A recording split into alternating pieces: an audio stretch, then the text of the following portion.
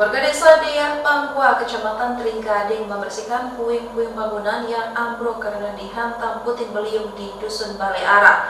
Bangunan tersebut rencananya akan langsung dibangun kembali oleh pemerintah setempat agar masyarakat bisa kembali menjalankan aktivitas ibadah seperti biasanya.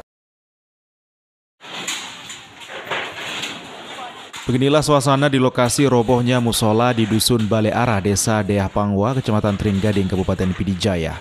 Masyarakat tampak disibukkan dengan aktivitas membersihkan puing-puing bangunan musola yang telah rusak parah.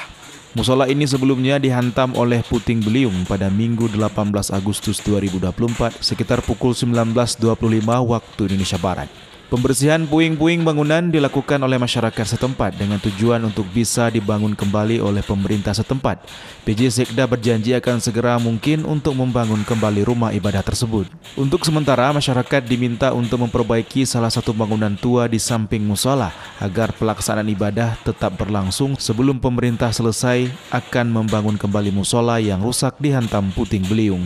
Sementara itu, Sekretaris Desa Deyah Pangwa, Hasanul Basri menyebutkan ada puluhan rumah warga yang rusak dan satu musola yang ambruk akibat bencana angin puting beliung. Rumah warga Berapa? ada 23 rumah. Yang ditebarkan ini apa saja? Atap rumah. Atap rumah, habis itu balai tempat pengajian. Besar kerugian mungkin sekitar 200 juta lebih.